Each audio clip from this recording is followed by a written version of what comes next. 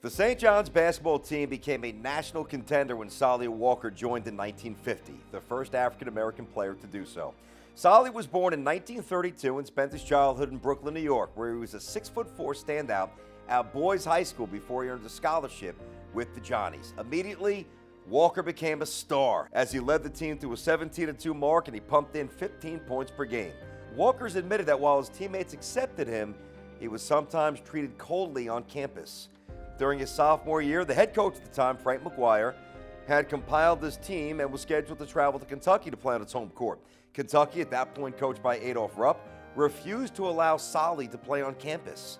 McGuire suggested he cancel the game.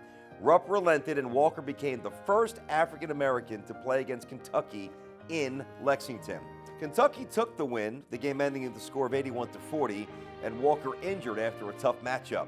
Miss Walker said her husband rarely talked about that game, but more recently, he had told her that Coach McGuire and some of his teammates had stayed with him when he was refused entry in segregated hotels and dining rooms.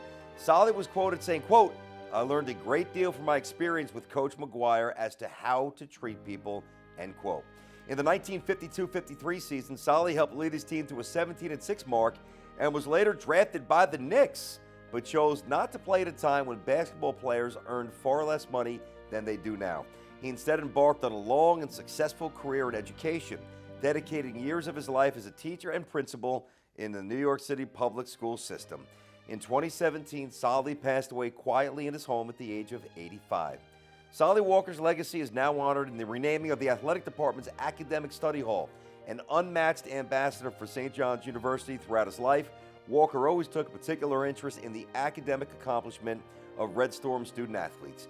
Every day we celebrate Walker as a trailblazer for the African American community and paving the way here at St. John's.